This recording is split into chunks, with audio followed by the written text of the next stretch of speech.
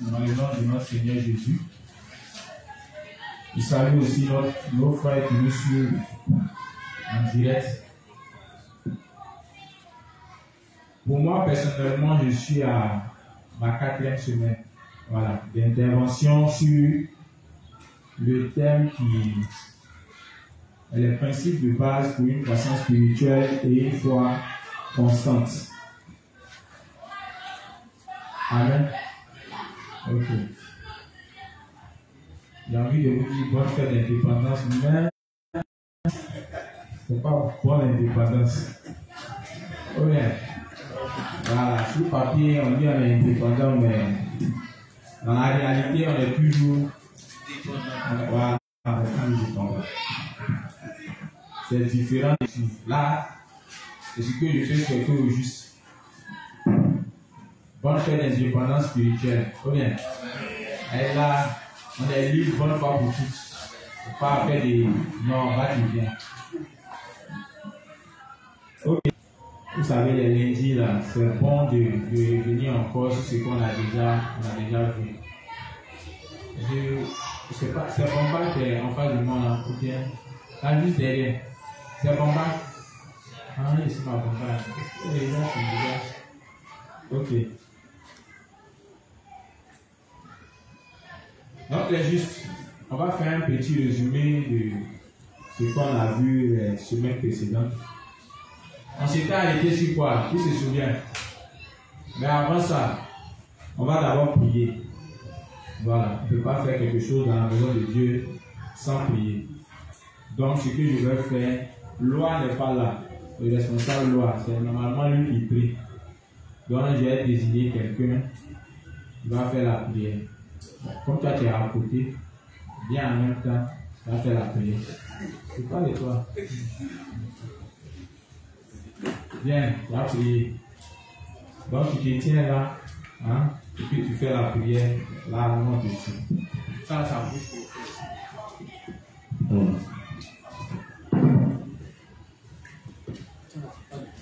Bonsoir à tous les juges. Donc, on va se tenir concentré et puis on va faire la prière. Donc, on va faire notre confession de foi. Prions le Seigneur. Père Céleste, nous te disons merci pour nous avoir rendu sans péché devant toi pour toujours. Et c'est chaque jour de notre vie de foi que nous voyons que nous transgressons la loi. Merci Seigneur parce que tu nous as sauvés. Tu nous as envoyé ton Fils Jésus-Christ pour nous sauver de tous nos péchés. Merci au Dieu des juges parce que tu nous as rendu plein. Merci Père parce que tu nous as rendu sans péché. Au nom de Jésus-Christ, nous avons prié. Amen. Alors nous avons confié ce moment dans les mains de l'Éternel. Que le Seigneur m'assiste, son serviteur, durant ce temps-là. Prions le Seigneur. Seigneur, nous te disons merci pour ce moment-là que sort du corps. Merci parce que tout ce qui viendra de notre serviteur, forcément sortira pas de lui-même, seulement que de toi. Merci de l'accompagner. Merci de l'éloigner du stress. Au nom de Jésus, nous avons prié. Amen. Amen. Merci. Prier, c'est pas facile. Hein? Alors, l'habitude de dire on prie, mais quand on est en public, prier là, ça devient compliqué parce que là, les sujets de prière même manquent. Amen. Ok, on va commencer. Très juste. Il faut aussi qu'il n'y a pas un micro par la tête, c'est compliqué. Le micro n'a pas pile dedans. Tu vois qui n'a pas pile là? Oui, mais il n'y a pas pile, il y a pile pour mettre dedans. Ils n'ont pas le pile. Amen. Ok, la dernière fois on s'était arrêté sur 2 points. La semaine passée, les avantages d'être unis et puis les inconvénients. Voilà. La micro, voilà. Okay. Donc, on avait vu les avantages et puis les inconvénients. Adieu, ne faut pas suivre. Je sais que tu as les résultats, tu as étudié. Parce que... Ok.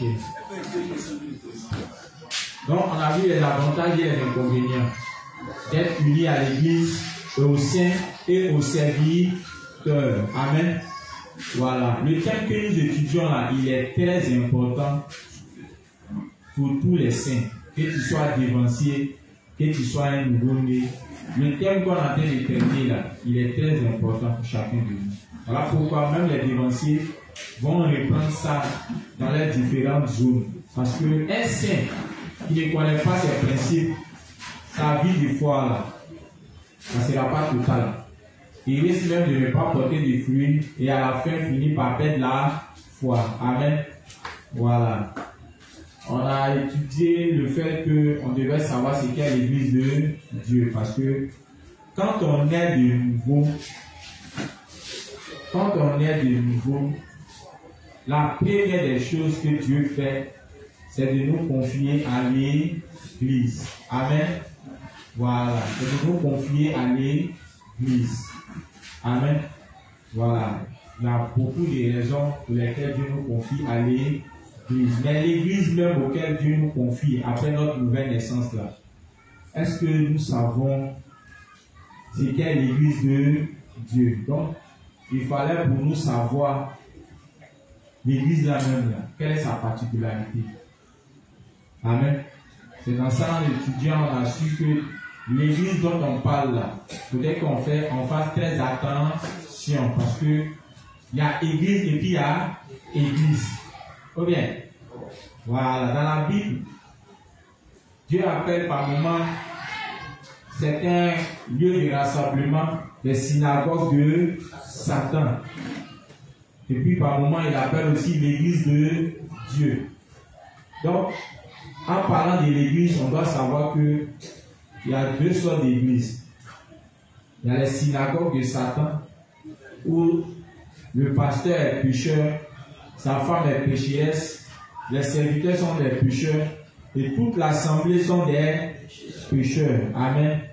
Ils ne sont pas nés de nouveau.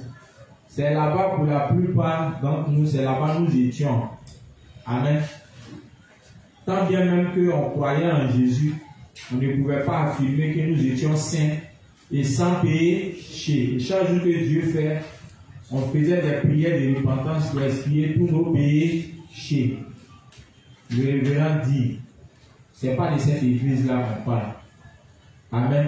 Mais il est important pour nous de savoir cette église-là aussi, de savoir qu'elle n'appartient pas, elle n'est pas la véritable église de Dieu. Et c'est comme ça qu'on a vu la véritable église qui était le rassemblement des saints, des personnes nées de nouveau. Voilà. Où le pasteur est né de nouveau, il est sans péché, sa femme est sans péché, les serviteurs sont les sans péché. Amen. On dit cette église-là, la mission que Dieu l'a assigne, c'est quoi? L'église est sur la terre pour faire l'expiation des péchés. C'est le rôle de l'église. Si vous croisez une église qui prétend être la véritable église de Dieu, c'est-à-dire le corps de Christ, et qui ne prêche pas la rémission des péchés, ils ne sont pas l'église de Dieu. Amen. Ils peuvent prétendre dire, mais nous aussi on prêche le salut. Mais quand vous regardez là, la prédication qu'ils annoncent là, est-ce que ça peut sauver une âme? Eux-mêmes ils ne sont pas sauvés. Ils disent dans la bouche qu'ils sont sauvés, mais en réalité ils disent qu'ils sont toujours des pécheurs. Alors ils sont sauvés de quoi? La plupart, c'est sauvés de la sorcellerie, sauvés du chômage, sauvés de l'envoûtement, pour certains même là, de la galère, du mariage, de l'enfantement. C'est des trucs comme ça. Quand tu leur poses la question. Mais quant au problème du péché, ils ne peuvent pas bien se prononcer là-dessus. Amen. Tout ce qu'ils disent, c'est qu'en tant qu'enfant de Dieu, on doit vivre une vie de sanctification. On doit éviter de commettre les péchés. Amen. Donc cette église-là, donc on nous demande de connaître, c'est une église qui a pour mission d'annoncer la rémission des péchés. Amen. C'est grâce à cette église aujourd'hui que nous sommes nés de nouveau. Amen. Depuis au temps des apôtres. C'était la mission. Jésus dit aller partout, faire des nations des disciples. Amen. Les apôtres sont allés partout, ils ont prêché la rémission des péchés. Les gens se sont appelés des saints. C'est pourquoi il y a eu les saints de Corinthe, les saints de Rome, les saints d'Éphèse. Amen. Donc, c'est le rôle de l'Église. Amen. Ok. Je poursuis en dehors du fait que l'Église, auquel on nous demande de connaître, a pour rôle de sauver les âmes. Autre chose, c'est que le révérend dit que c'est par cette Église uniquement que ceux qui sont nés de nouveau peuvent recevoir les bénédictions de Dieu. Amen. Voilà. Dieu, ces bénédictions sont encore disponibles. C'est là, ça nous attend. Dieu a fini de parler. Il attend que les choses se réalisent dans notre vie. Mais, comment obtenir les bénédictions de Dieu? On nous dit que c'est uniquement que par l'Église. Et le révérend avait pris pour exemple Jacob. Il avait aussi pris pour exemple Abraham, en nous disant que ces personnages-là de la Bible, c'est grâce à l'Église qu'ils ont été bénis. Amen. En parlant même d'Abraham, la Bible dit que Abraham avait beaucoup de richesses. Il dit que si nous nous unissons à l'Église et nous obéissons aux instructions de l'Église, les bénédictions de Dieu vont couler dans nos vies. Amen. Donc il y a lieu pour nous de connaître ce qu'est l'Église de Dieu. Parce que quand on ne connaît pas l'Église, on a tendance à s'inquiéter. On a tendance même à vouloir quitter l'Église pour aller dans le monde, essayer de pouvoir nous en sortir. Or, on n'a même pas besoin de ça. Dieu a tout prévu. Dieu savait que quand on va naître de nouveau là, on aura les besoins de nourriture, de vêtements. Et on aura aussi besoin des moyens pour soutenir son œuvre. Tout ça là, il a prévu ça. Mais il dit le seul moyen par lequel on peut obtenir cette bénédiction, c'est par le canal de l'Église. Amen. Ça ne veut pas dire que, comme on dit, c'est par le canal de l'Église, quand on va venir s'asseoir dans l'Église et toutes les bénédictions commencent à tomber sur nos vies. Ce n'est pas la même chose. Ce n'est pas aussi comme on le faisait quand on était dans le monde où, dans l'Église, il y a le pasteur qui est là, tu dois les rencontrer, et puis il y a des prières spéciales, et puis tu reçois des bénédictions à coup d'argent, ça n'a rien à voir. Ici, vous recevez les bénédictions que l'Église nous donne par le canal de et comme on a que Dieu nous donne par l'Église, c'est de faire quoi? C'est d'obéir aux instructions de l'Église, c'est tout. Si l'Église te dit à gauche, si tu vas à gauche, les bénédictions qui sont liées à la parole de Dieu, là, ça va t'intéresser dans ta vie, c'est tout. Amen. Je vais prendre un exemple. Si l'Église te dit qu'il faut aller annoncer la rémission des péchés, il faut prêcher l'Évangile, fais de cela ta priorité. Et qu'en le faisant, Dieu va te prendre en charge. Si tu obéis, tu vas expérimenter ça. Tu vas voir Dieu te prendre en charge au quotidien. Amen. Le révérend même dit, par moment, même si tu n'as pas envie d'être béni, même là, Dieu se sont obligés de te bénir. C'est un principe. Amen.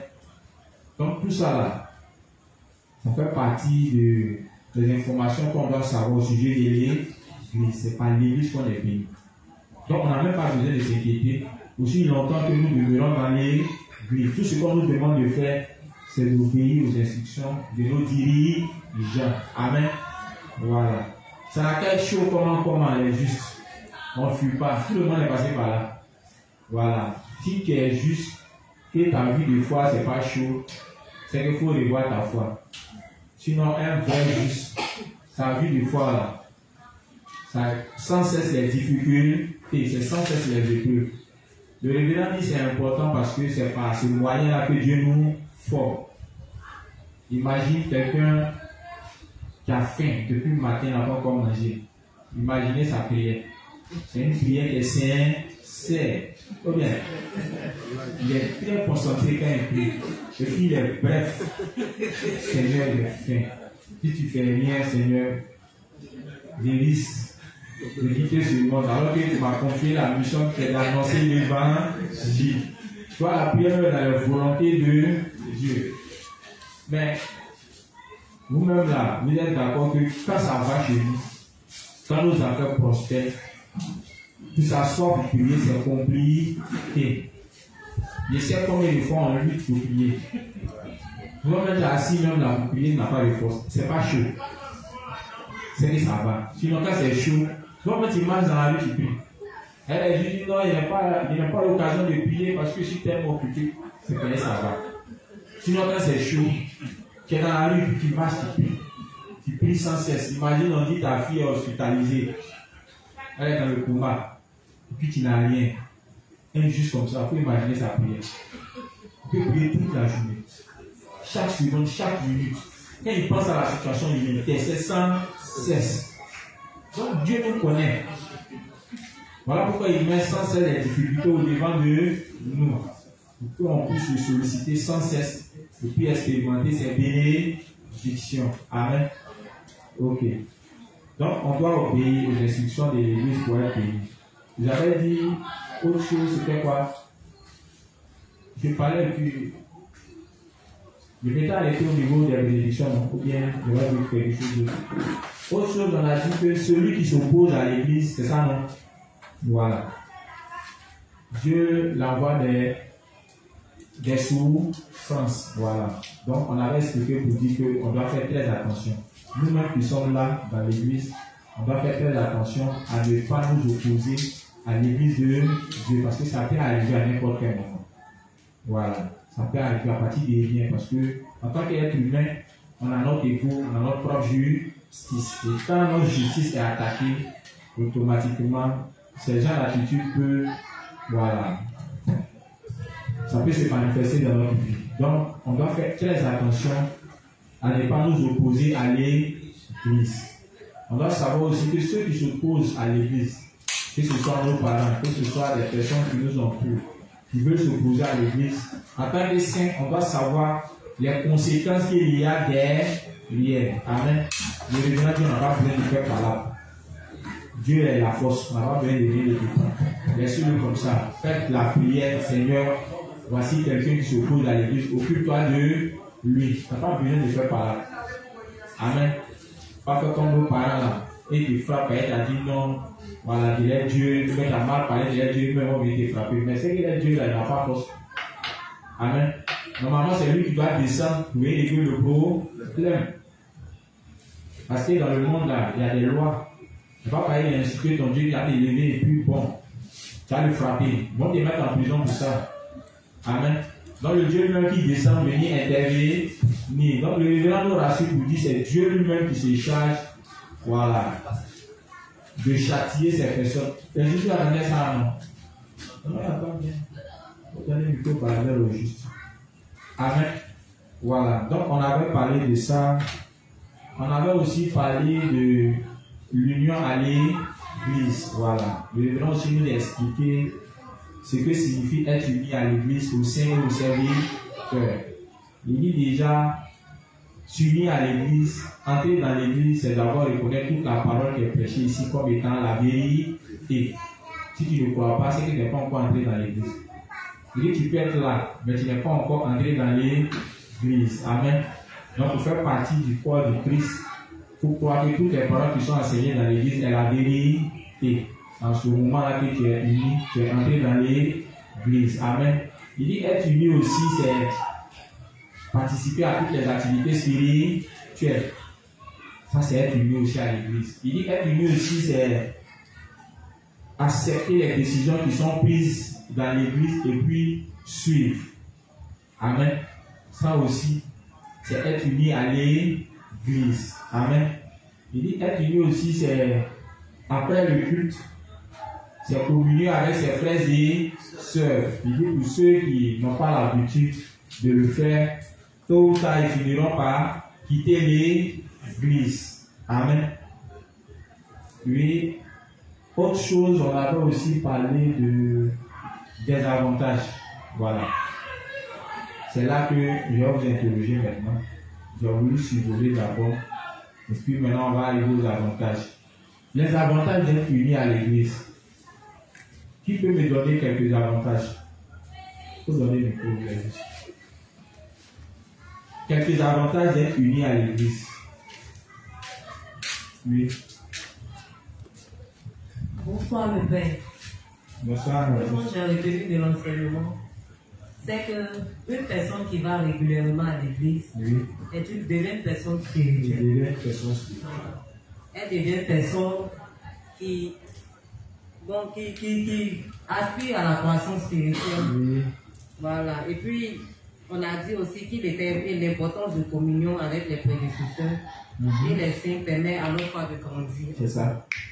Effectivement. Maintenant, dans le livre 62, page 259, on dit aucune vie de foi ne peut être menée sans la communion. Voilà. C'est par la communion qu'on arrive à distinguer. Alors, doucement.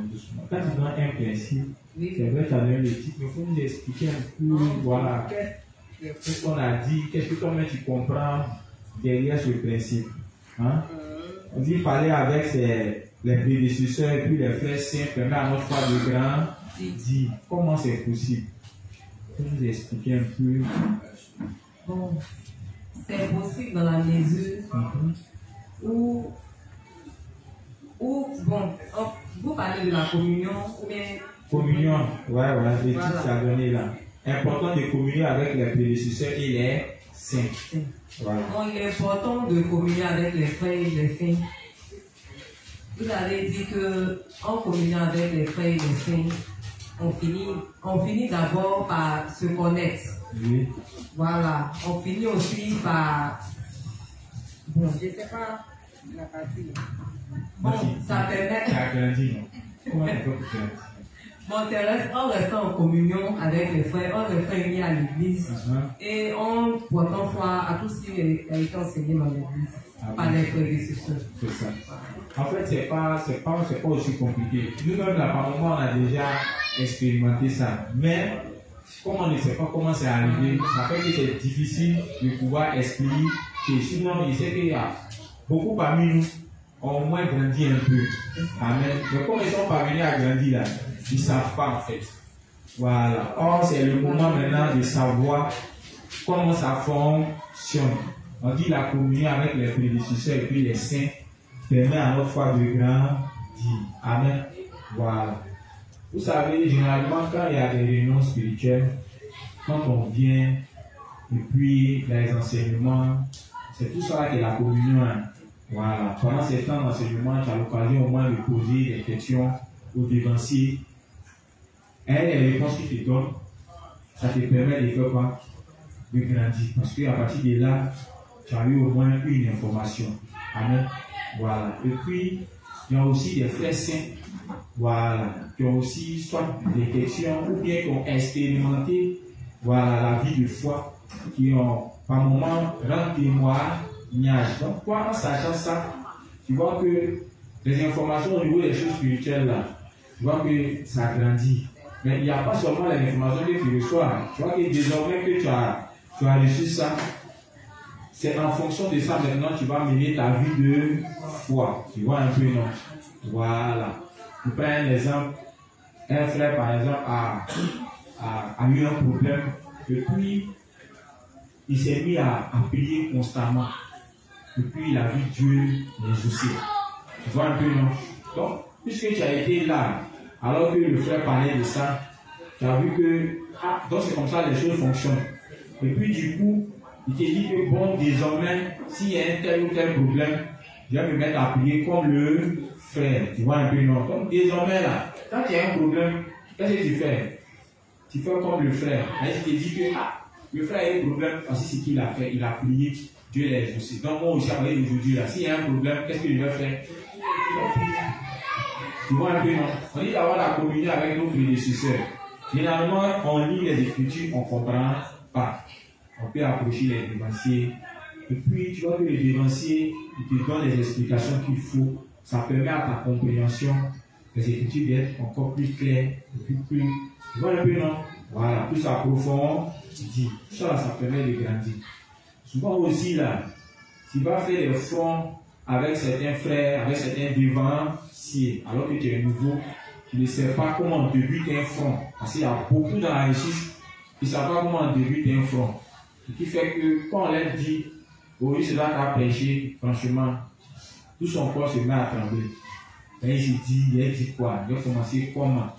En temps, à force d'être auprès de ses frères, à force de voir ses frères faire des fronts, tu vois qu'à partir de là, il essaye de prendre un peu ce qu'il a appris de ses frères, et puis ça, en fonction de ça, il arrive à faire ses fronts. Au départ, c'est copier-coller, jusqu'à ce que quand il commence à grandir, lui-même il crée ses propres techniques d'évangélisation, mais tout en tenant compte des principes établis par le réveil. Tu vois un peu, non?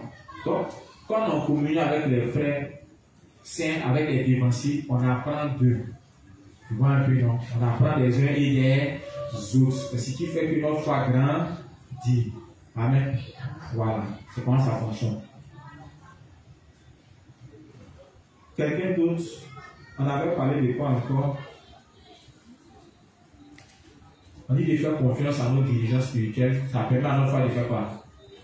De grandir. Qui m'explique ça? Faire confiance à nos dirigeants spirituels permet à notre foi de grandir. Qui m'explique? Permet de recevoir les bénédictions et puis à notre foi de garder notre foi jusqu'au retour du Christ. Qui m'explique ça? Juste. Adieu, je vais essayer. Bonsoir les justes. Bonsoir. Vraiment c'est le juste Martin Crédit. Voilà. Ce que vous venez de dire c'est clair parce que ce que moi je comprends c'est que en réalité si nous voyons les serviteurs de Dieu comme nos amis, bien nos connaissances, bien les grands frères, bien les personnes avec qui nous échangeons comme d'habitude, cela ne peut pas porter du fruit. Nous devons voir les serviteurs de Dieu comme Dieu lui-même au travers d'eux. Nous devons les regarder comme c'est Dieu qui est devant nous, mais seulement il parle, il passe par les serviteurs pour nous parler. Donc tout ce qui vient de la bouche des serviteurs, ça ne vient pas d'eux-mêmes, mais ça vient de Dieu, parce que Dieu lui-même, c'est égal à la parole. Voilà, donc ils ne vont pas imaginer s'il n'est pas dans la parole pour nous parler. Donc par moment, quand nous avons des problèmes et puis nous venons les voir, ils ne vont jamais vraiment prendre leur pensée pour pouvoir nous expliquer les choses, mais ils vont prendre la parole pour nous donner. Mais ça va nous de croire. Parce que pour que toute chose vienne à l'existence, il faudrait qu'on croit. Voilà. Ouais. Faire confiance aux dirigeants spirituels permet de recevoir des bénédictions, donner un cas pratique. Et puis tu es dans l'église là. Ouais. Voilà. À quel moment tu as fait confiance à un dévancier et puis tu as reçu des bénédictions. Et puis quel type de bénédictions? Voilà. Je ne vais même pas aller loin. La fois dernière, j'étais avec l'inspecteur Romial. Ok. Voilà, il a réglé un problème très simple. J'avais fini de travailler et puis je venais carrer ma voiture, puis je l'ai vu, il m'a dit, bon, il m'a dit, le permis de descendre. Donc, quand aller de descendre, il a vraiment réglé certains problèmes expliquant dans les cas pratiques. C'est-à-dire, il m'a dit comme ça que, c'est vrai que quand tu travailles là, il ne faut pas vraiment forcer les choses. Si tu as un petit temps que tu peux lire, prends ce temps-là, si tu as un petit temps que tu peux prier, prie. Celui qui travaille demande des moyens à Dieu pour qu'il puisse lui donner les moyens pour pouvoir acheter des livres et puis mettre dans ton véhicule pour pouvoir permettre aux gens de naître de nouveau. Et quand il a dit ces choses-là, moi j'ai dit effectivement, vraiment Dieu, tu as raison, c'est ça. Et vraiment les gens qui ont suivi, moi-même, j'ai réalisé ça. C'est clair. Amen. Ça c'est avant, c'est tout précis, ça c'est pas. Donc ça c'est une bénédiction spirituelle. Voilà. Le frère est confus parce que beaucoup occupé par son boulot, il n'arrive pas à faire l'œuvre, il n'arrive pas lui-même, il ne se retrouve pas. Donc vous voyez que le dévancier il a donné une orientation simple. Ça fait que il travaille, mais son cœur n'est pas troublé. Amen. Ouais. Tu veux dire quelque chose de ça, c'est fini, ça va. Il y a beaucoup d'exemples à Dieu. Amen. Il y a beaucoup de bénédictions. En fait, les bénédictions, ils sont d'ordre spirituel, matériel comme financier. Oui. Le frère dit, je vais donner un exemple. Les justes, on a été bénis parce qu'on avait fait confiance en nos dirigeants. C'est que vous avez des cas pratiques. Bonsoir les justes. Bonsoir. Moi je suis le juste Patrick de la gauche. Ok.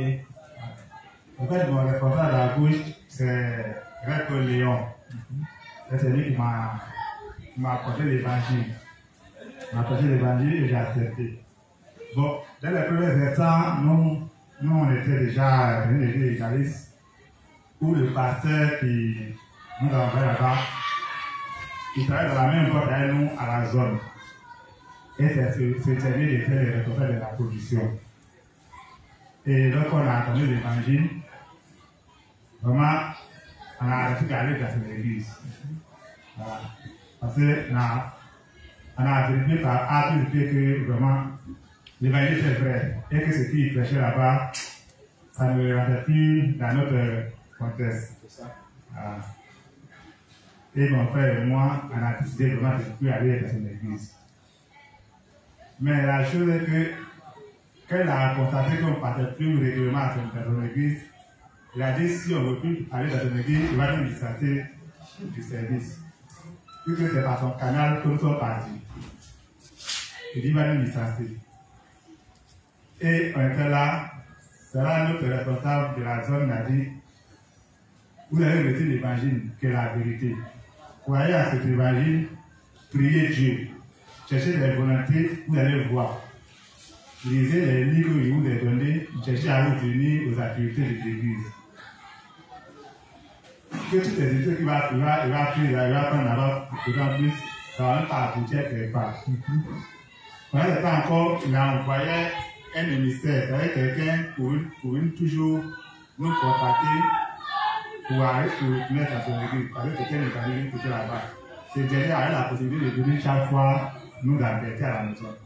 Car il peut venir 2 fois pour ça. Pourquoi on ne fait pas l'église? Pourquoi on ne fait pas l'église? Donc, quand c'est comme ça, on verrait pouvoir notre responsable avoir la situation. Le musée dit va nous chasser du travail et il envoie quelqu'un derrière nous chaque fois pour nous perturber. Il va dire prier. Prier. Ayez foi en ce que vous avez reçu comme l'évangile. Mettez foi en ça. Vraiment, c'est la partie qui m'a beaucoup marqué. Il parlait de toute la foi. Moi, j'ai passé à l'église, mais comment la foi se manifestait, je ne connaissais pas. Il a dit, ayez foi. Mettez votre foi en ce que vous avez reçu. Dites que non, Dieu est avec vous. Il ne va rien faire. Et quand l'embauche est venue, vraiment, on a déjà fait 6 mois. Et le 7e mois de nous embaucher.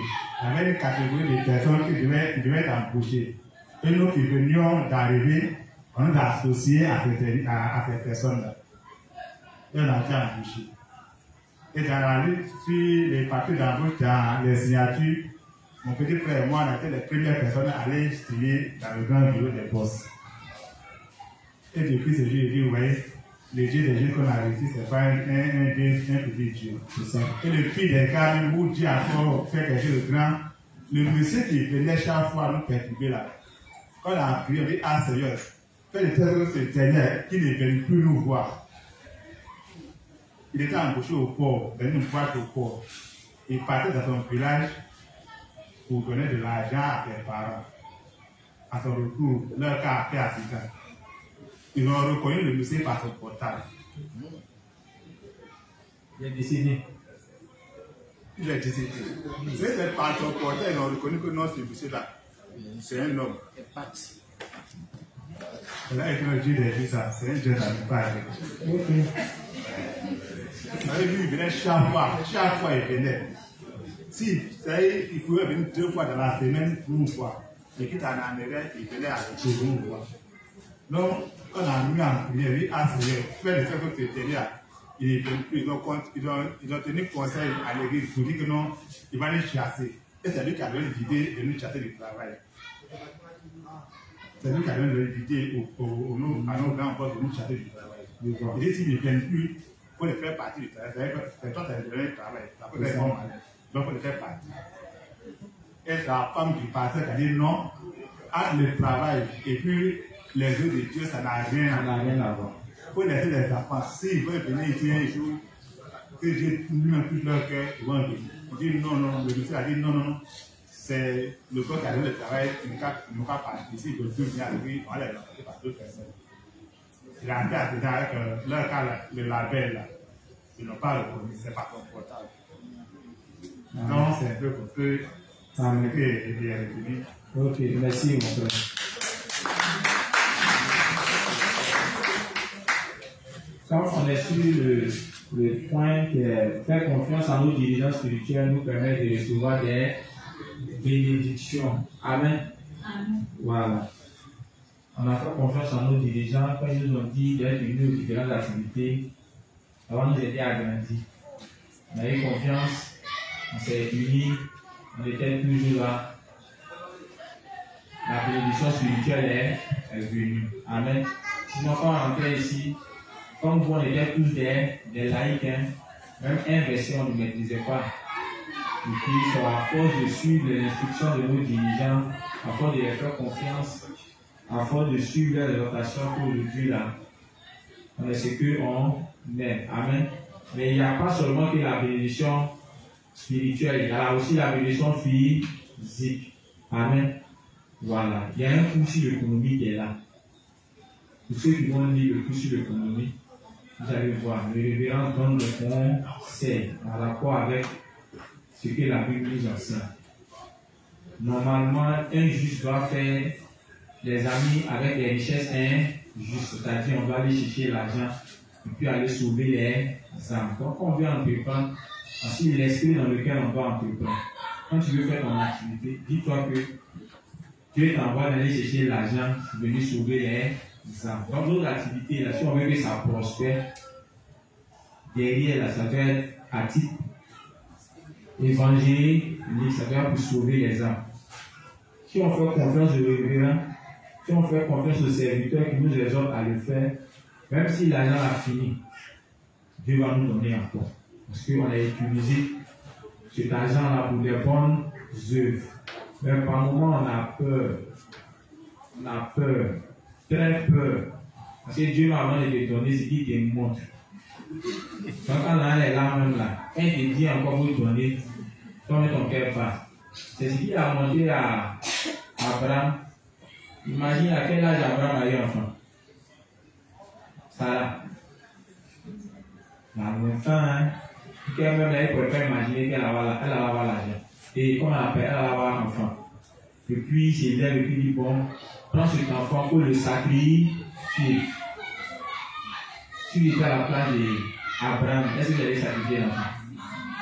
Il y a beaucoup ici qui vont dire, oui, on allait sacrifier. Sinon, l'enfant n'est pas différent de l'argent.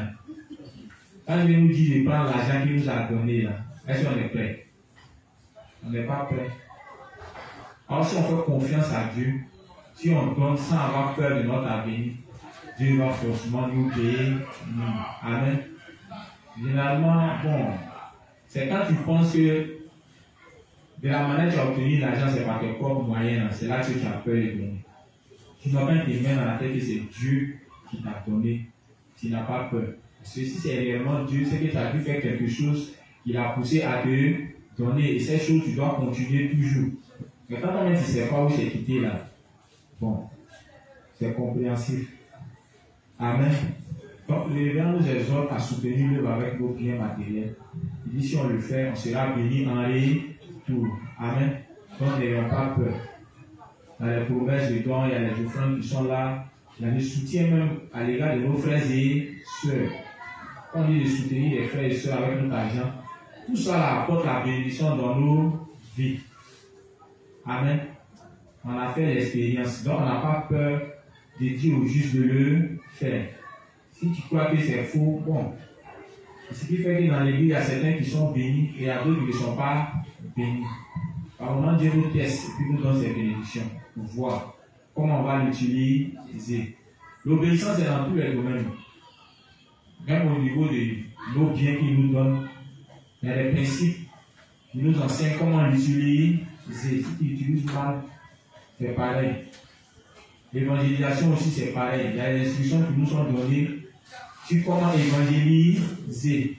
Si tu suis ça, tu as fait naître des âmes.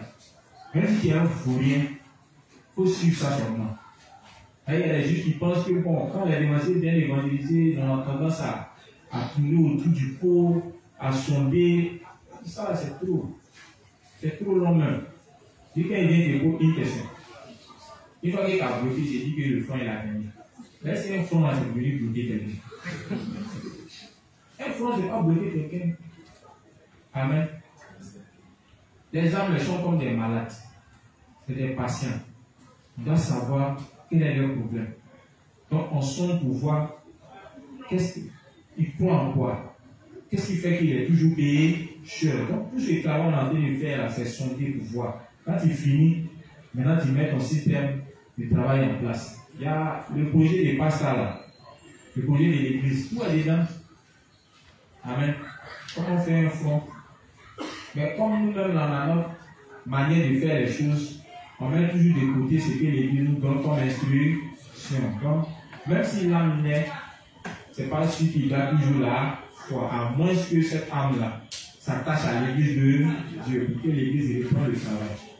Mais une âme qui n'a pas suivi la pédagogie sur l'art d'évangéliser, cette personne est toujours remplie de sa propre justice.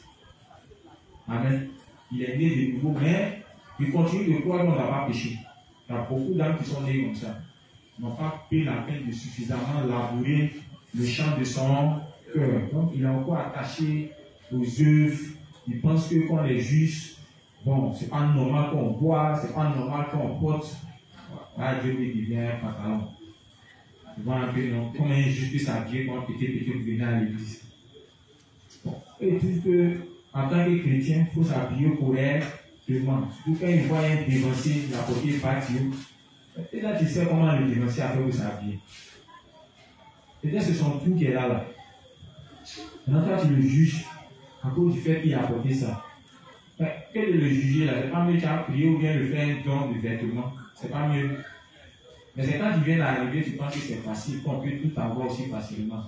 Mais c'est quand tu arrives dans la justice, quand tu commences à vivre par la foi, là, tu te rends compte que le fait qu'il a apporté pas Dieu là, c'était précieux. Hein? Oui, et comment il connaît ça à chaque moment? Ben, pour avoir ça, même c'est compliqué. Oui, pour avoir même c'est compliqué. Vraiment, la justice, la parole, vêtements, c'est Dieu. Donc, on doit faire confiance à nos dirigeants. Amen. Ok. Il a aussi dit que les bénédictions, là, quand on est réunis à l'église, à quel moment on reçoit les bénédictions? Il dit c'est pendant les heures de culte. Voilà. Quand on fait les réunions en semaine dans nos zones, pendant qu'on donne les enseignements qui sont donnés là, c'est des bénédictions. Parce que c'est l'information qu'on reçoit. Et c'est en fonction de ces informations-là qu'on va mener notre vie de foi.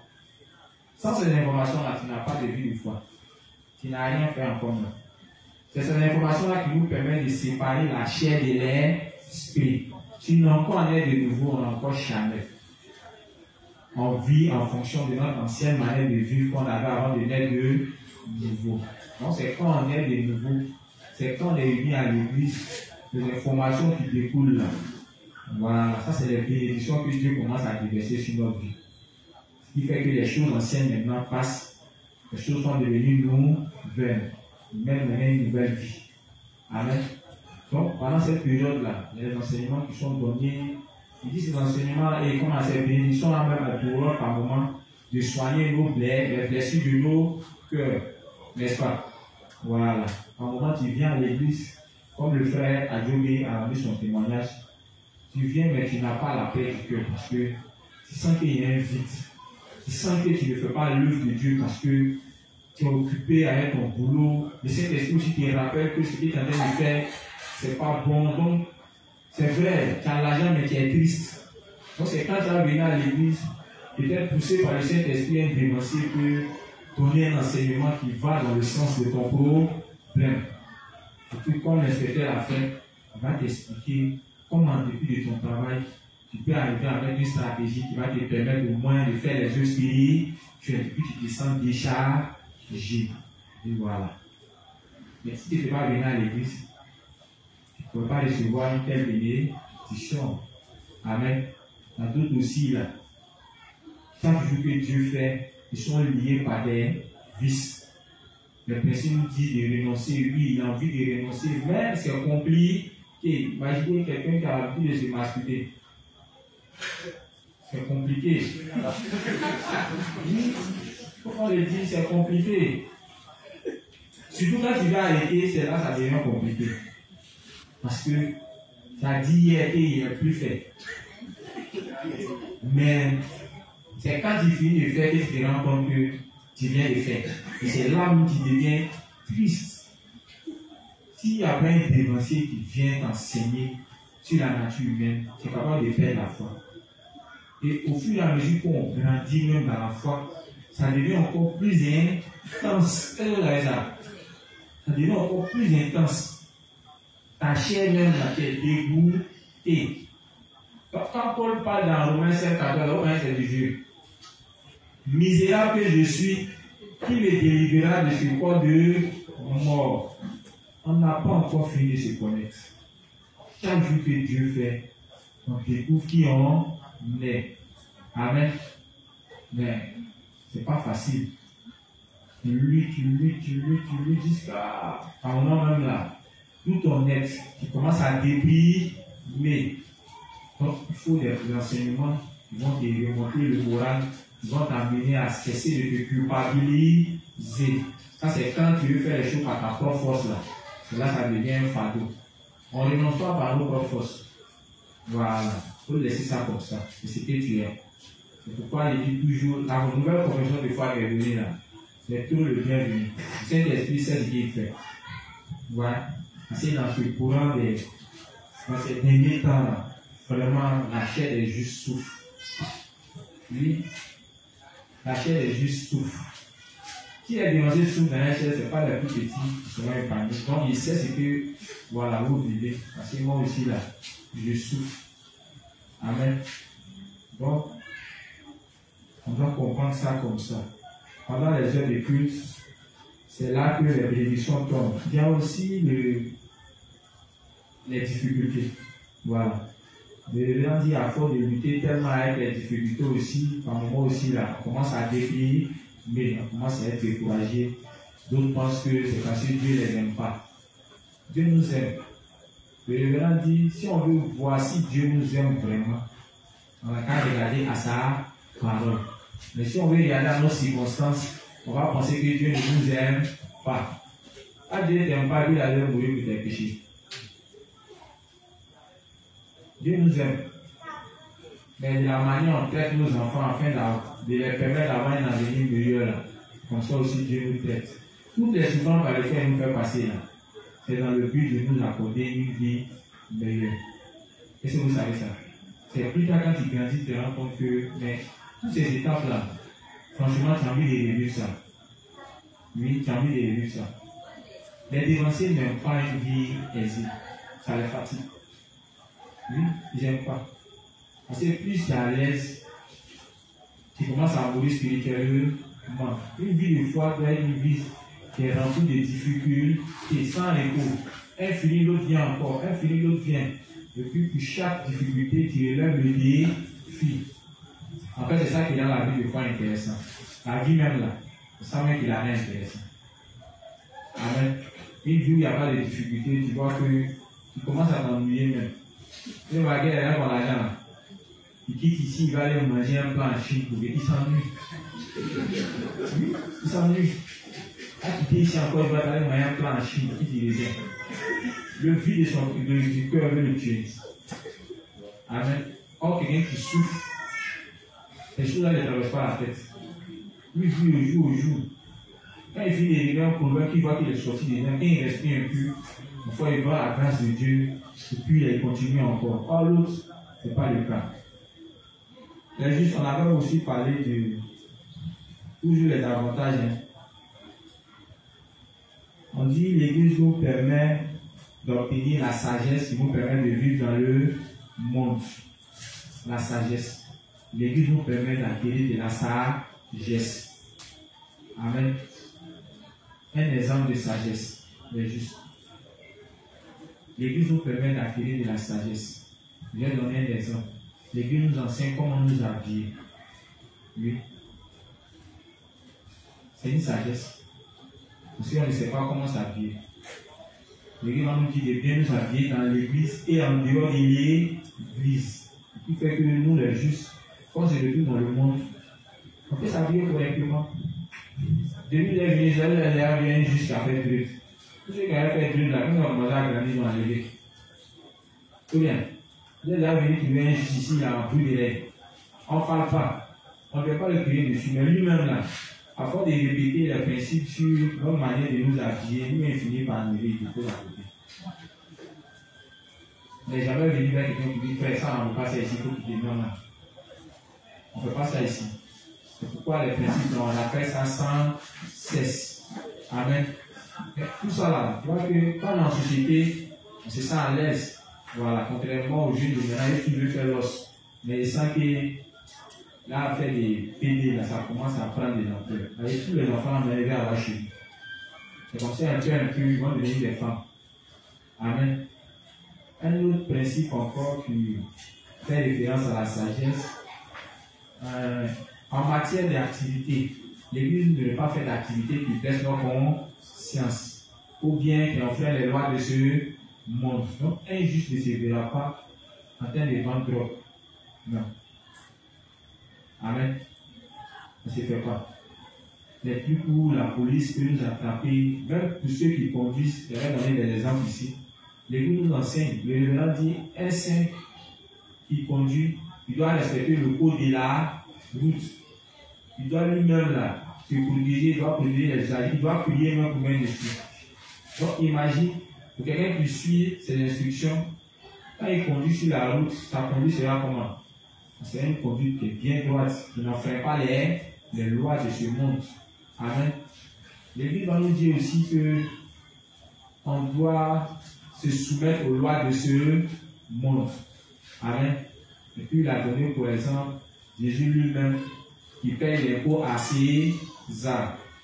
Un juste qui a d'autres dit dans le cas fait sému. Là actuellement c'est ce qui est d'actualité. Il ne faut pas t'élever, tu as dit non, c'est foutaise. Pourquoi il a fait sému? Il ne faut pas faire. Nous on cherche les justes. Ils sont en prison à qui on va les mettre les livres, on va distribuer là-bas. Donc si tu as fait une loi qu'on t'a attrapé, nous on cherche point contact, on va t'envoyer les livres à distribuer. Oui, ce que l'Église dit là, c'est juste. Tu vois que si on se comporte comme ça, on n'aura pas de problème. Alors on va pas une nuisance sonore. Et si l'Église n'a pas arrêté de jouer aux instruments, on a cessé. Ou le chef va quitter le pays, dit on a fait une nuisance sonore.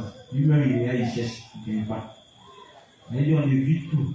Que les gens du monde ne nous jugent pas. Ce n'est pas maintenant, c'est né.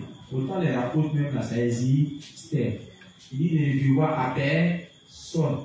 Ou bien, il dit de bien nous comporter afin que là où les gens cherchent à nous juger, qu'ils aient la bouche fermée. Amen. Donc tout ça là, c'est des sagesses qu'on acquiert auprès de l'Église et qui nous permet de pouvoir vivre dans le monde. Amen. L'Église va nous dire de respecter nos parents, de respecter les aînés, tout ça là. Quand on se retrouve dans le monde, même nos parents sont fiers de nous parce qu'ils voient que celui qu'on connaissait avant là, ce n'est plus le même. Il a changé. Donc, nous unir à l'église, là, vous voyez qu'il y a beaucoup d'avantages. Il a aussi parlé de cela nous évite de devenir des idolâtres. Amen. Un idolâtre, c'est qui? C'est juste un idolâtre. C'est juste les regarder, les on va fermer les yeux. Un idolâtre, c'est qui? Un idolâtre, c'est celui qui met tout son espoir en quelque chose, celui qui met toute sa confiance en quelque chose, c'est-à-dire la confiance qui devait revenir à Dieu par rapport à quelque chose de précis, il met ça carrément sur une autre chose. Okay. Par exemple, mon mari peut être comme mon Dieu, parce que je sais que quand il est là, comme on appelle ça, je n'ai pas à m'inquiéter de tout ce qui est argent. Si mon papa aussi est là, il prend en charge les besoins. Donc, je n'ai pas vraiment besoin d'avoir recours à Dieu, de compter sur Dieu pour avoir ce que je suis censé avoir avec eux. Ok, merci. Le révérend dit, bien que nous ayons reçu la rémission de nos péchés, quiconque parmi nous ne vit pas uni à l'église de Dieu pour diffuser l'évangile de l'eau et de l'esprit est un idolâtre. Amen. Quiconque ne vit pas uni à l'église de Dieu pour diffuser l'évangile de l'eau et de l'esprit est un idolâtre. Amen. Un idolâtre, c'est qui? qui ne vit pas uni à l'église pour la diffusion de l'évangile. Il dit, lui, c'est un idolâtre. Amen. Voilà. Donc, quand on est uni à l'église, tu vois que ça nous évite de faire quoi? De devenir des idolâtres. Parce qu'on est uni à l'église dans le seul but de faire quoi? De prêcher l'évangile. Amen. Ok. Tout cela font partie des avantages. Il dit, même si la foi n'est pas grande, quand on est uni à l'église de Dieu, notre foi fait quoi? Est grandie. Amen. Il dit, ça nous permet aussi de garder la foi jusqu'au retour du Seigneur. Il a aussi parlé des inconvénients. S'il y a des avantages, c'est qu'il y a des inconvénients. Amen. Les inconvénients, c'est juste de ne pas être uni à l'église. Quand quelqu'un n'est pas uni à l'église, là, qu'est-ce qui peut l'arriver? Les justes. Quelles sont les conséquences pour quelqu'un qui n'est pas uni à l'église, qui n'est pas uni aux prédécesseurs, qui n'est pas uni aux saints? Les conséquences.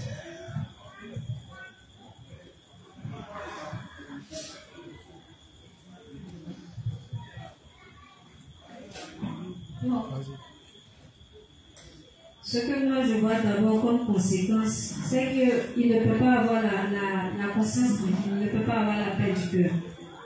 Sa paix du cœur ne peut pas être totale. Voilà, c'est ce que je vois dans un premier temps, comme conséquence. Okay. Mais il faut dire ce qu'on a dit. C'était pas, voilà. C'était pas c'est le reste pour le pasteur là, c'était le reste pour. L'inspecteur est genre de là-bas. On le met, c'est un bout fardeau. Hein? C'est ce qu'on a dit là. Voilà. Il ne grandit pas spirituellement. Bon, il ne grandit pas. Il ne grandit pas. Effectivement, il ne grandit pas, mais il veut d'abord ce qu'on a dit là. Tous ceux qui étaient là, il y a la juge qui est là-bas. Elle veut parler. Bonsoir, c'est la juge Prisca. Ok, la juge Prisca. Bon, la dernière fois dans le livre 51, page 160, Oui. On a dit un juste qui n'est pas uni à l'église devient sombre et honteux. Oui, explique-moi. Bon, c'est-à-dire qu'on ne doit pas le juger. On peut dire un juste qui ne vient pas, qui était uni à l'église mais qui avait arrêté. Quand il voit ses frères, il a honte. Bon, c'est ça. Ok, merci. Le juste, il a honte. Pour un saint qui n'est pas uni à l'église, il a honte. Parce que le révérend dit il se pose beaucoup de questions sur ce que pensent les justes à son sujet. Qu'est-ce que les justes vont dire?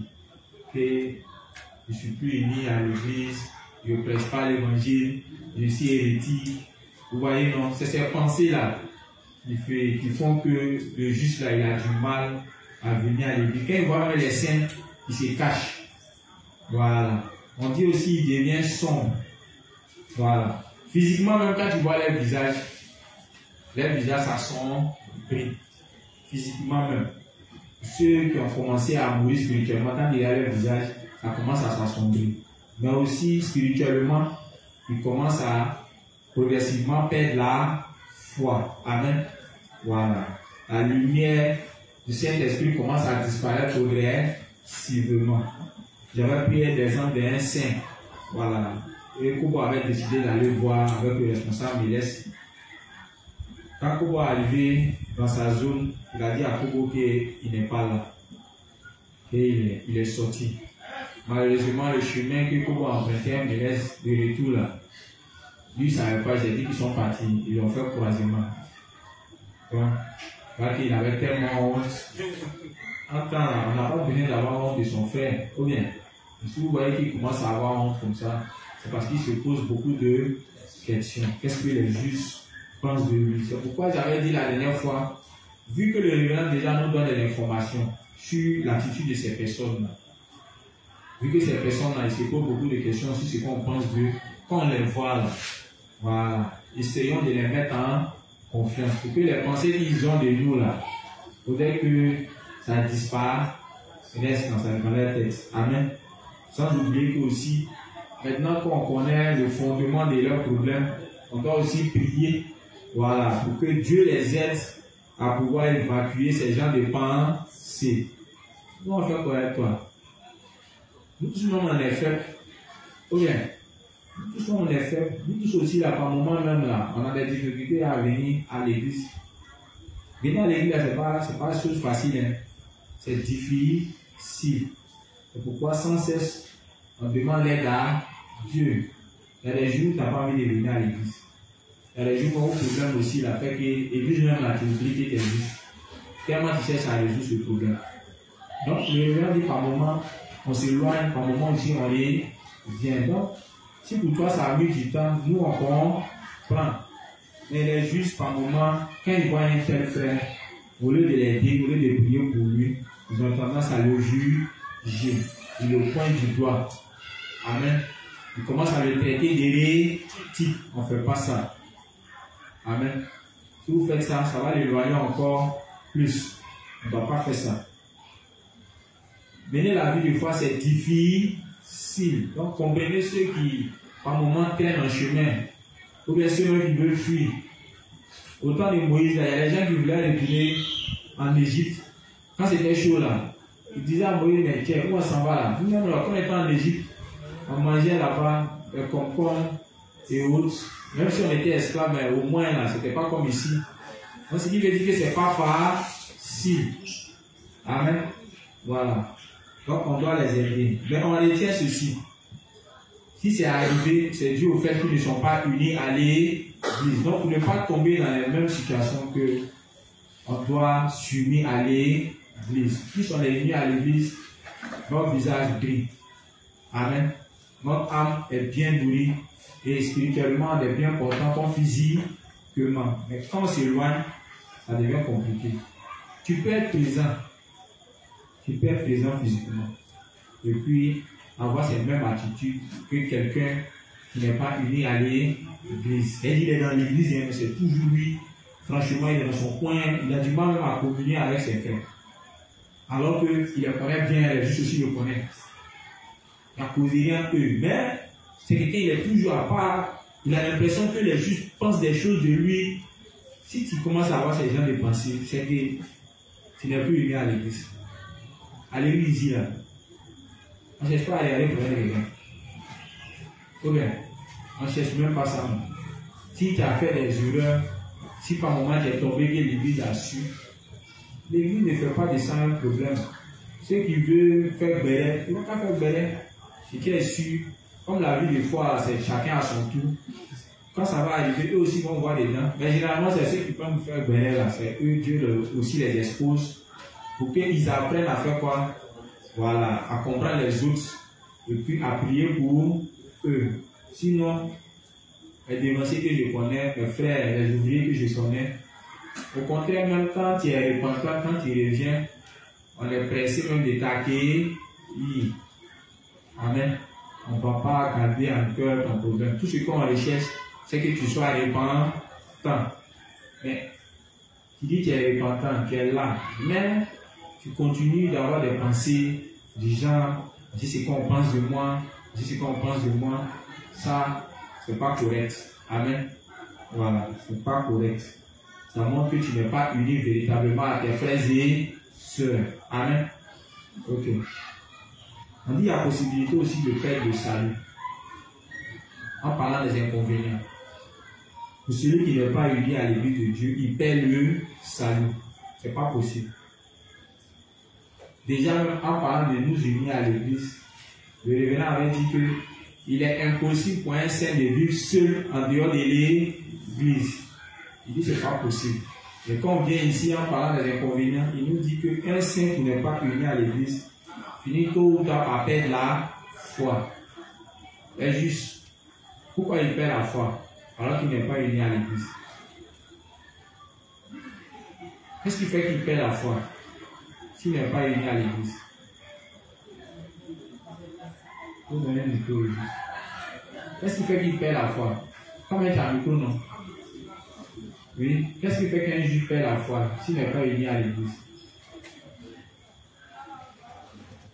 Et en plus, ça apparaît tous les instruments qui utilisent le doigt. La version informatique, c'est ce qui me permet de garder l'enfant. Il n'a pas la parole de Dieu. Sans la parole de Dieu, c'est quelqu'un qui peut mener sa vie de foi. Il n'a pas de parole. La foi, là, ça se nourrit, ça s'entretient. Et la manière charge où tu laves ton corps, la manière charge où tu manges là, la manière charge où tu t'habilles, que ta peau est propre là, c'est comme ça aussi l'âme.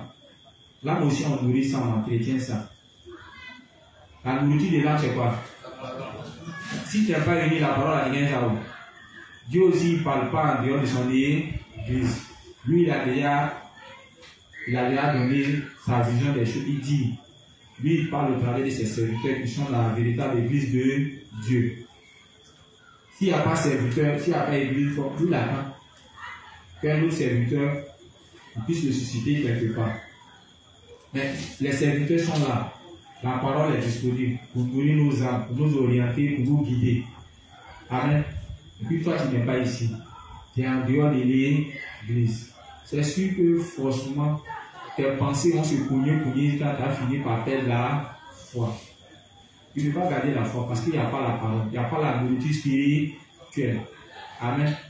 Même le révérend, si tu n'es pas à l'église, il va perdre la foi. Les serviteurs ont besoin de l'église. Comme les saints aussi ont besoin de l'église. Amen. Si le serviteur est là, qu'il n'y a pas les saints, lui-même là, il va finir par perdre la foi. Donc, les serviteurs ont besoin des saints, comme les saints ont besoin des serviteurs. C'est tout cela qui forme l'église de Dieu. Et le serviteur, lui aussi, là, il a besoin d'être prêché. On enseigne aussi la parole. Amen. Donc, si tu n'es pas uni à l'église, sache que tu vas perdre la foi. Pour ceux qui sont les prédécesseurs, tu dois savoir ces choses. Un saint aussi doit savoir cela. Il doit savoir que s'il n'est pas uni à l'église, il va perdre la foi. Beaucoup de saints ignorent cela. Avec que quand ils mettent du temps à ne pas venir à l'église, quand les dévanciers les appellent, les interpellent et les avertissent sur les conséquences, ils ont tendance à penser que c'est une blague. Ils ont tendance même à rassurer les dévanciers que non, il n'y a rien, c'est qu'ils sûr, ils arrivent à lire mes livres. Moi, quand tu m'expliques ça, ça ne passe pas en fait. Ça ne passe pas. Parce qu'un seul mec me dit qu'il lit ses livres à la maison. Il ment. Les justes ne lisent pas. Voilà pourquoi l'église même permet que chaque jour que Dieu fait, on se réunit pour écouter la parole. Si on doit compter sur chacun, ce n'est pas sûr. Les justes qui a lu aujourd'hui? Aujourd'hui, qui a lu? Sincèrement, qui a lu? Le Saint-Esprit est là, Dieu est là. D'accord. Bon, est-ce qu'il y a menti? Maintenant, on n'a pas la force de lire. Il dit à lui, on parle d'aujourd'hui, tu dis hier. On parle d'aujourd'hui. On ne lit pas. Maintenant, imaginez, il n'y a pas d'église. Non seulement on n'a pas lu pour nourrir, pour apprendre, et puis il n'y a pas l'église encore. C'est normal que la foi disparaisse. Les pensées vont prendre le dessus. Amen. Donc voilà pourquoi on a besoin de l'église. Plus on est faible, plus on ne sait rien, on est venu à l'église, on devient fort. Oui, pour ceux même qui n'ont pas l'occasion de lire, tu vois qu'en venant à l'église, ils peuvent écouter directement. Et il y a d'autres aussi, ça ne va pas lire écrit. Et comme ça, là, s'il reste en dehors de l'église, sa foi va disparaître. Parce qu'il n'a pas cette capacité-là de lire. Or, quand tu es à l'église, on peut te parler d'un français terre à terre. C'est pourquoi dans l'église même, là, il y a plusieurs serviteurs. Chacun essaie de s'exprimer dans un langage pour permettre aux âmes de pouvoir comprendre le message. Amen. Ok. Donc, on perd le salut. J'avais dit la dernière fois aussi que cet exemple-là nous permet de comprendre que la doctrine des branhamistes, elle est fausse. Voilà, parce que par moment, il nous pose la question, mais qu'est-ce qui peut être la cause pour quelqu'un qui a cru et qui perd le salut? C'est l'une des raisons. Il y a beaucoup de raisons. Il y a d'autres là, c'est l'amour de l'argent qui a fait qu'ils ont fini par perdre le salut. Il y a d'autres aussi là, c'est dû au fait qu'ils n'ont pas cru. Dans l'évangile de l'eau et de l'esprit, ils ont cru, mais à la fin, voilà, surtout au niveau de la divinité de Jésus. Il y a un passage de la Bible où on dit, ils étaient au milieu de nous, mais ils sont partis. Et s'ils étaient vraiment avec nous, ils seraient restés au milieu de nous. Quand le révérend explique, il dit c'est des personnes, quand même ils étaient dans l'église, ils prétendaient croire à l'évangile de l'eau et de l'esprit, mais ils ne croyaient pas en la divinité de Jésus.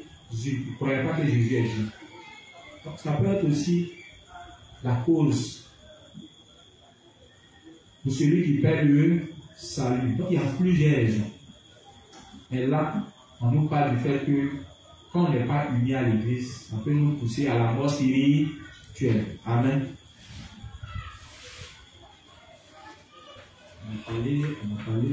On nous dit aussi qu'on devient des idoles là. Amen. Ok. On va aborder un nouveau point. Sur la nécessité d'avoir un dirigeant. Voilà. Aujourd'hui, on va parler des dirigeants. Mais, le premier point, c'est la nécessité d'avoir un dirigeant. On va écouter le révérend. Il nous explique en quoi est-ce qu'il est nécessaire d'avoir un dirigeant. Amen. Ok. Adieu, viens, tu vas lire.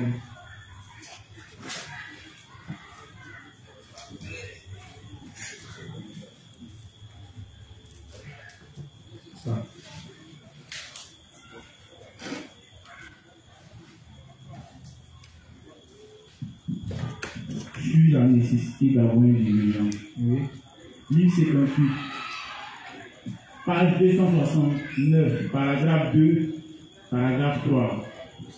Et puis, page 270, paragraphe 1. Je vais reprendre pour ceux qui sont en train de dire. Livre 58, page 269, paragraphe 2, paragraphe 3.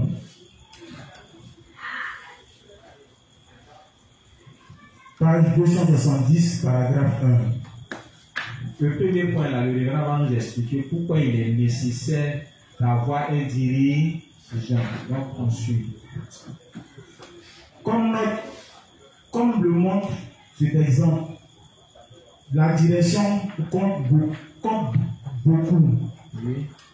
Ce point est aussi dans le passage des Écritures d'aujourd'hui, qui montre que le peuple d'Israël pouvait prospérer en paix seulement quand il y avait un dirigeant clair pour les diriger sur la bonne voie. Oui. Les enfants d'Israël pouvaient fleurir corps et esprit quand ils adoraient Dieu seul. Oui. Mais il y avait besoin d'un dirigeant spirituel pour avoir une telle direction. Oui. Ok. Il est en train de parler d'un fait. Il dit qu'il est important pour les juifs d'avoir un dirigeant. Et puis il prend l'exemple du peuple d'Israël. Il dit quand le peuple d'Israël avait un dirigeant à la tête, à qui ils obéissaient, ils prospéraient corps et esprit. Mais dans le cas contraire, ils ne prospéraient pas. Il s'est appuyé sur le texte de Juge 3 à partir du verset 1. On va prendre la peine de lire pour comprendre ce principe. On va finir de lire. Quand on va revenir dans ce principe-là, on va comprendre qu'est-ce qu'il entend d'esprit. Okay. Donc, on prend ensemble Juge 3 à partir du verset 1.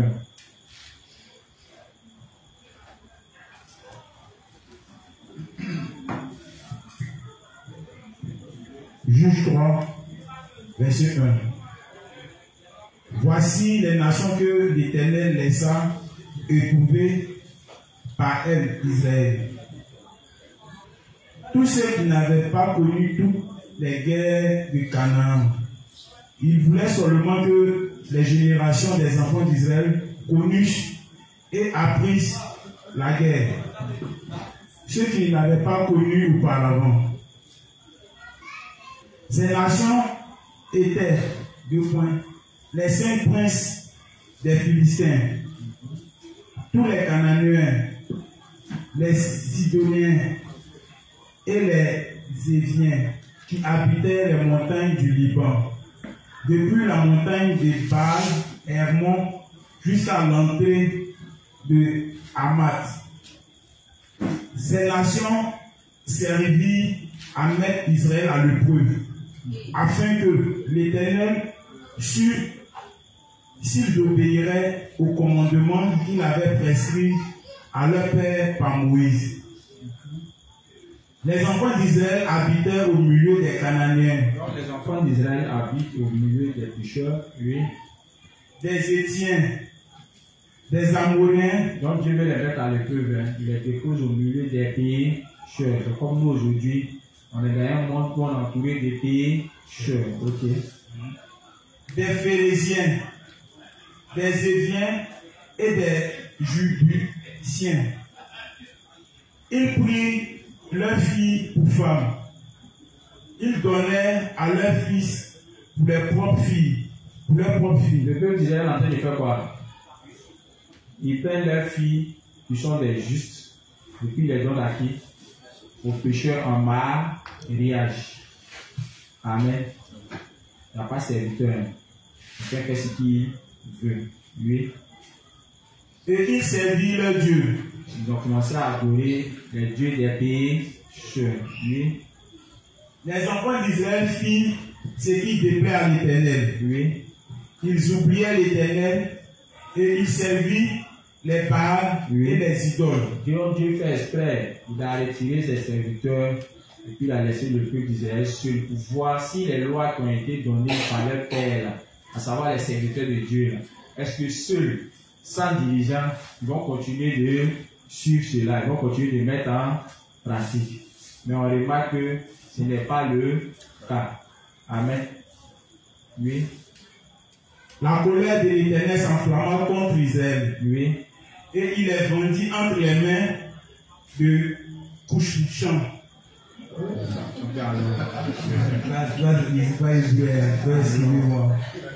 Mais voilà, l'inspecteur chef, il peut bien vous expliquer ça.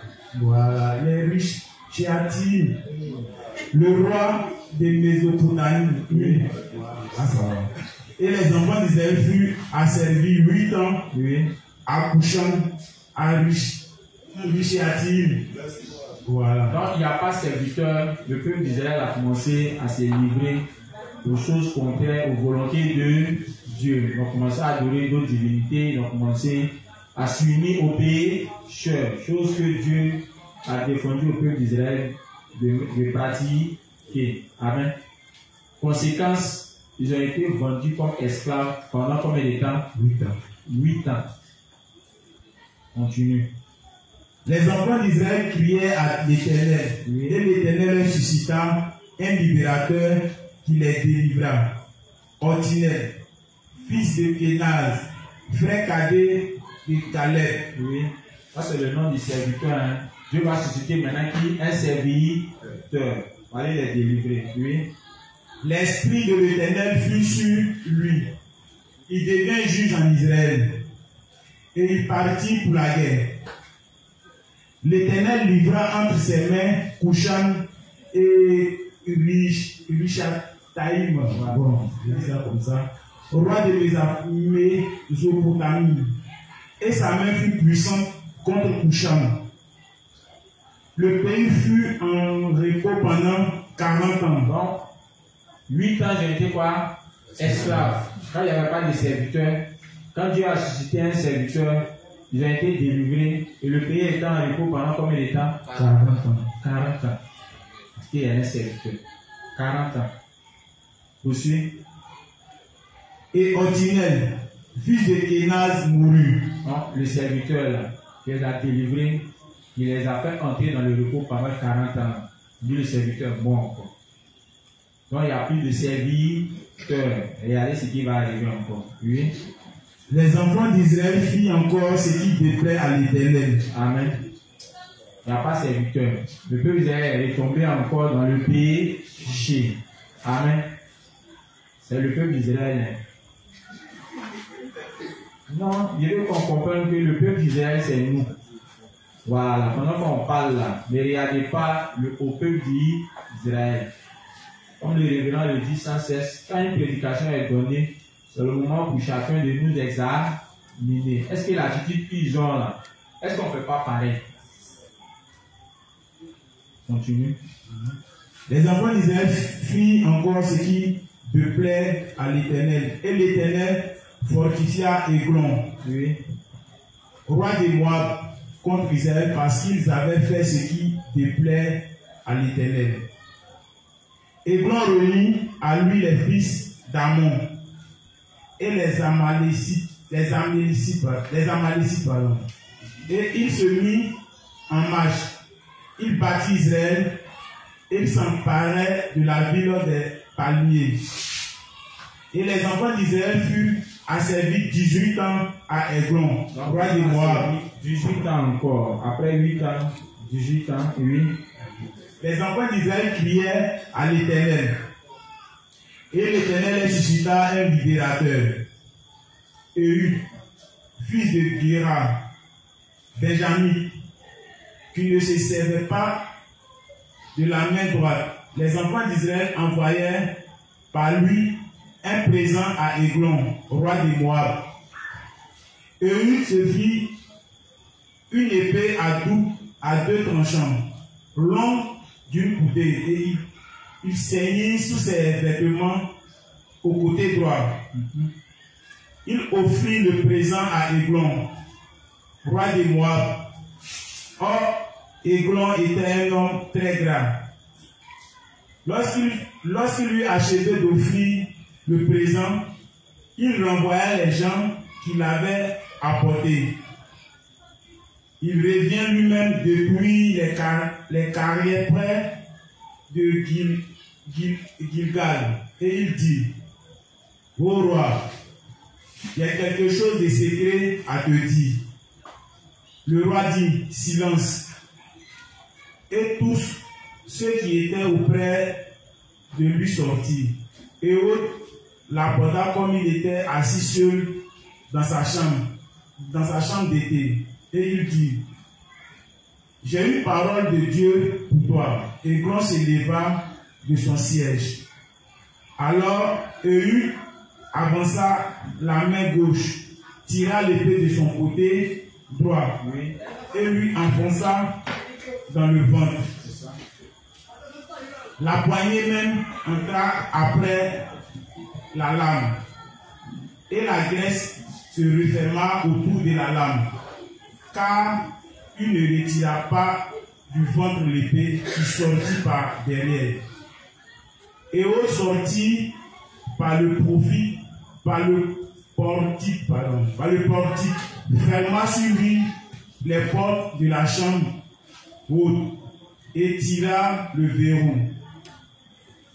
Quand il fut sorti, les serviteurs du roi vinrent et regardèrent. Et voici, les portes de la chambre haute étaient fermées au verrou. Il dit: sans doute, il se couvre les pieds dans la chambre d'été. Il attendit longtemps. Et comme il n'ouvrait pas la porte de la chambre haute, il prit la clé et ouvrit. Et voici, leur maître était mort, étendu par terre. Pendant le délai, Ehud prit la fuite, dépassa la carrière et se sauva à Séira. Ok, mais juste, on comprend déjà, hein, à chaque fois que le peuple d'Israël s'égare, ils sont asservis, n'est-ce pas? Voilà. Parce qu'il n'y a pas de serviteur. En notre temps, c'est pareil, c'est pas différent. Quand on n'est pas suivi par les dirigeants, ceux qui constituent les ennemis aujourd'hui, là, ça peut être nos pensées, ça peut être le boulot, ça peut être tout ce qui nous entoure, ça peut être peut-être les tendances de ce monde. On se comprend, non? Voilà. Et ces choses-là deviennent nos ennemis. Et c'est par ces choses-là que Satan nous fait souffrir. Amen. Mais quand on prie Dieu, Dieu nous met un devancier devant nous pour nous sortir de là, en nous aidant à appliquer ce qu'on appelle le renoncement à soi. Mais quand il n'y a pas de devancier, vous voyez que c'est nos pensées. Voilà. Nos pensées qu'on suit constamment. Le rôle du devancier là, c'est de séparer la chair de l'esprit. Quand lui est là, il nous rappelle sans cesse que telle attitude-là, c'est ce que Dieu aime. Telle attitude, Dieu n'aime pas. Et puis nous les autres à suivre ce que Dieu aime. Amen. Mais quand ils ne sont pas là, pour nous rappeler sans cesse les volontés de Dieu, pour nous montrer sans cesse la voie à suivre, on finit par tomber dans nos pensées. Enfin, quand on tombe dans nos pensées, quand on suit nos pensées en tant que juste, comme le peuple d'Israël, c'est la souffrance. Voilà pourquoi il est dit que les dévanciers ils sont indispensables. Amen. Le Révérend dit quand le peuple d'Israël avait un dirigeant, il prospérait. Corps et esprit. Ça allait, ils étaient dans le repos. Mais une fois qu'il n'y a pas de dirigeant, c'est fini. Comment on appelle les justes, le peuple d'Israël commence à suivre quoi? Leurs pensées charnelles, commence à suivre les envies. Et quand c'est comme ça, Dieu est obligé de descendre pour faire quoi? Pour les châtier. Amen. Donc, les serviteurs sont indispensables dans notre vie. Ou bien, sans eux, on va forcément suivre nos pensées. Sans eux, c'est les souffrances auxquelles on fera face. Parce qu'à chaque fois qu'un saint s'écarte des volontés de Dieu, en lisant le cours sur la persévérance, Dieu dit qu'il envoie des problèmes aux justes dans le but de faire quoi? De le ramener. Il dit aussi longtemps que ce dernier-là croit en l'évangile de l'eau et de l'esprit. Dieu lui continue d'interférer dans sa vie jusqu'à ce qu'il revienne. Maintenant, s'il abandonne totalement l'évangile, qui devient un pécheur, il y a aussi les difficultés que Dieu envoie aussi aux pécheurs dans le but de les amener à la justice. Dans tous les cas, c'est souffrance. Oui, la souffrance pour un juste qui s'égare, il y a aussi souffrance pour les pécheurs. Donc, si tu es juste, que ta foi commence à devenir bizarre, que Dieu te fait souffrir, que pour ça tu vas abandonner l'évangile, ce n'est pas la fin de ta souffrance. Tu es passé d'une étape à une autre. Même pécheur là, la souffrance est encore là-bas. C'est dans le but de t'envoyer à la justice de Dieu. Donc, le mieux, c'est de te rallier. Amen. Donc, voilà pourquoi chacun, à travers ce principe, doit comprendre la nécessité d'avoir un dirigeant. Amen. Si tu n'as pas encore un dirigeant dans ton cœur, mais c'est que physiquement, il y a un dirigeant à ta tête. Il y a forcément un dévancier qui est établi sur toi. Mais quand même dans ton cœur, n'a pas encore de dirigeant. Je le dis parce que on est beaucoup qui n'avons pas encore accepté nos dirigeants dans nos cœurs, pensant que bon, sans eux, on peut mener notre vie de foi et puis prospérer. Enfin, c'est faux. Amen. C'est faux. Le révérend vient de prouver que quand il n'y a pas de dirigeants, c'est nos pensées nous allons suivre. Amen. C'est constamment nos pensées nous allons suivre. Donc le dirigeant, lui, est là sans cesse pour nous faire connaître les volontés de Dieu, pour nous guider dans les volontés de Dieu. Si ce n'est pas l'église, ça nous rappelle sans cesse qu'on doit évangéliser. Qui ici a la foi d'évangéliser? Il n'y en a pas. Amen. Quand il y a des occasions où on peut évangéliser, mais on ne le fait pas. Mais quand l'église commence à rappeler aux saints le bien fondé d'évangéliser, c'est là qu'on commence à se réveiller, c'est là qu'on commence à prendre conscience que ce qu'on a fait de faire, c'est une erreur qui va nous conduire où plus tard en enfer. Parce qu'un juste aussi va en enfer. Oui, un saint va en enfer. S'il n'y a pas de dirigeants pour te rappeler qu'un saint qui ne prêche pas va en enfer, tu ne vas pas prêcher. Amen. Et même si tu n'es pas prêché, le Saint fait des prières aussi, là, ça aussi fait l'œuvre de Dieu. Donc, il va t'expliquer dans chaque domaine comment tu peux être amené à aussi servir l'évangile avec la capacité que Dieu t'a donnée. On a compris les justes. Ok. Oui, il faut terminer ici.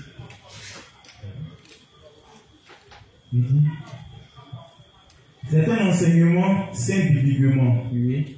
Dans le passé, cependant, je parlais rarement. Donc, avoir un dirigeant, il dit c'est un enseignement qui est biblique. Amen. Là où il y a toujours un et deux, Dieu met toujours un chef. Quand il a fait Adam et Ève, il a mis un chef. Qui était le chef? Adam.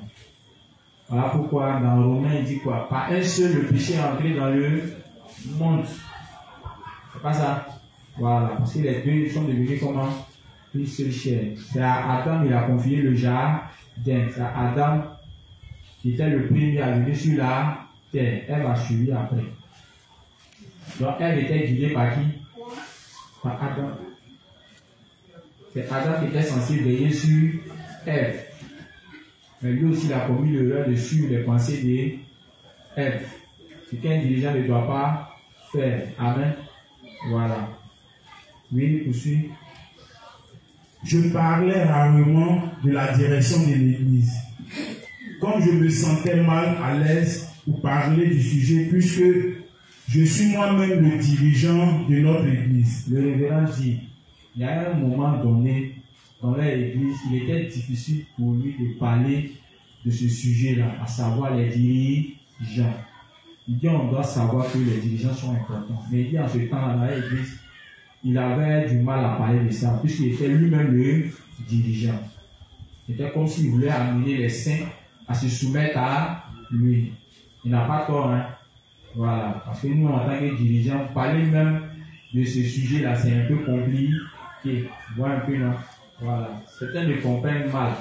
En tant, comme il a dit, c'est un enseignement qui est biblique. Les saints doivent savoir ça. Oui. Par conséquent, l'Église a fait face à plusieurs problèmes graves causés par des membres qui ont dévié dans leurs pensées charnelles. Voulant accomplir les désirs de leur chair, certains membres ont formé leur propre petite faction dans l'Église. Oui. Et quand ils ne pouvaient arriver à leur fin, ils prenaient leur affaire et partaient, prenant leur propre chemin séparé. Donc, il dit dans l'Église, il y a eu un problème qu'il a rencontré. Il y a des saints qui n'ont pas compris ce principe-là. Il était d'avoir le dirigeant dans leur cœur. Avoir le dirigeant dans son cœur, c'est accepter sa direction. C'est accepter toutes les instructions qu'il nous donne. Mais eux, ils étaient dans l'Église, ils n'avaient pas compris ça comme ça. Ils étaient dans l'Église, ils pensaient que, bon, c'est une Église où nous tous, on est pareil. Vu qu'on est né de nouveau ici, là, il n'y a pas à faire des dévanciers, il n'y a pas à faire des serviteurs. En tout cas, on est égaux. Donc, ce qu'il revient à dire, il n'avait plus besoin de suivre la direction du révérend. Amen. Et c'est comme ça qu'ils vont commencer à nourrir des pensées, des objectifs personnels. Le révérend, ils ont fait un groupe dans l'église avec un objectif charnel. Et quand ils ont commencé à voir que ils avaient du mal à obtenir ce qu'ils recherchaient, ils ont fini par faire quoi? Par quitter l'église. Enfin, ils pouvaient éviter, si seulement ils reconnaissaient le révérend comme étant leur dirigeant et acceptaient sa direction. Amen. S'ils avaient compris ça comme ça, ils n'allaient pas s'égarer. Ils n'allaient pas finir par quitter l'église. Donc, c'est pour dire que ça peut nous arriver. Si seulement on ne sait pas qui sont nos dirigeants. Amen. Si on ne sait pas qui sont importants pour nous et qu'on doit se laisser guider par eux, c'est sûr que tôt ou tard, là, on peut finir par quitter l'église si seulement on a des ambitions qui ne sont pas atteintes. Amen. Voilà. Donc on doit bien comprendre ce fait. C'est arrivé à qui? À Corée. Quand il s'est révélé contre qui? Moïse et Aaron, c'est ça, non? Voilà. Arrivé à un moment donné, ils ont voulu mettre de côté l'ordre que Dieu a établi, en se disant, est-ce que c'est par Aaron et Moïse seulement que Dieu parle? Que Dieu parle à tout le monde. Amen. Quand un saint commence à raisonner comme ça, c'est fini. Sa foi va disparaître. Et puis, ouais, il va faire face à beaucoup de problèmes. Pendant que je menais ma vie, des fois, j'ai entendu beaucoup ces gens de propos. Les dévanciers là même là. Il y a qui respecte le principe. Quand il te dit ça, il faut comprendre. Donc il dit que la direction des dévanciers là, c'est mort dans son cœur. un saint qui dit ça, c'est fini. Donc il dit que quand tu allais expliquer un principe, il te regarde ta tête, et puis il cherche à voir si toi-même tu respectes.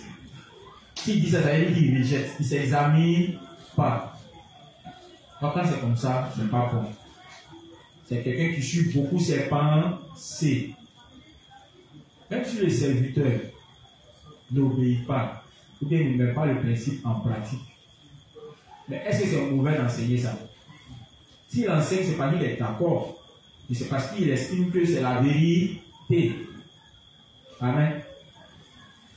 Les serviteurs, les principes qu'ils enseignent, tout comme vous là, on fait l'effort de faire quoi? De suivre. Est-ce que vous savez ça? Pendant qu'on dit au sein de renoncer à vous là, nous aussi on cherche à renoncer à nous. Vous savez pas là? La différence c'est que nous là, on met plus l'accent là-dessus, contrairement à vous. Parce que le révérend dit que ceux qui sont petits dans la foi, ils n'aiment pas renoncer à eux. Oui, c'est difficile. Alors que ceux qui sont grands, ils estiment que c'est correct de renoncer à nous si on veut avancer avec le Seigneur. Voilà pourquoi le Seigneur s'attache à eux. Voilà pourquoi par eux, il arrive à guider les autres. Amen. Donc, on ne doit pas avoir ce genre de pensée. Quand les principes sont donnés, quand les instructions sont données par les serviteurs, on doit les accepter. Dieu peut permettre que les faiblesses d'un serviteur qui est établi sur toi se révèlent.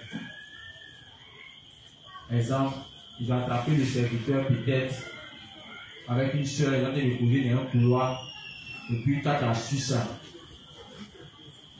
Amen.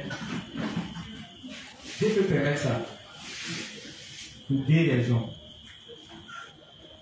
Amen. Dieu peut permettre ça aux serviteurs pour qu'ils comprennent plus tard les faiblesses des âmes qui vont suivre. Parce que les âmes, quand ils viennent dans l'église, quand tu les suis, tu vas comprendre que les âmes, ils font beaucoup d'erreurs. Donc si tu n'es pas quelqu'un qui a beaucoup appris sur la nature humaine, qui a appris à se connaître, il sera difficile pour lui de comprendre les autres. Donc Dieu lui-même peut faire ça, tombe dans les faiblesses pour que plus tard, quand les plus petits aussi feront les mêmes erreurs, ils sachent comment les reprendre avec nous seuls. Le deuxième fait, c'est que Dieu peut permettre ça pour tester ton obéissance, toi qui es à côté. Oui. Et le dévancier tombe, tu veux voir comment tu vas réagir. Est-ce que quand chaque jour tu ouvres ta bouche, tu dis, mon Seigneur ou bien mon dévancier ou bien mon Père, aujourd'hui, ouais, le Père, il a fait une erreur, il t'a giflé. Comment tu réagis? Le Père sera plus Père s'il ne fait pas attention. Ou bien, il sera plus Père. Parce que par erreur, il s'est laissé emporter et puis t'as giflé. Peut-être que c'est Dieu qui a attrapé sa main et puis il a fait pour voir ton obéissance. Mais généralement, ce n'est pas le cas. On réagit du type au tac. C'est après maintenant, bon, on essaye de. Mais pour d'autres, même ils refusent. Ils finissent même par quitter l'église. Amen. Donc, on doit comprendre que nos dévanciers, ils peuvent avoir des faiblesses.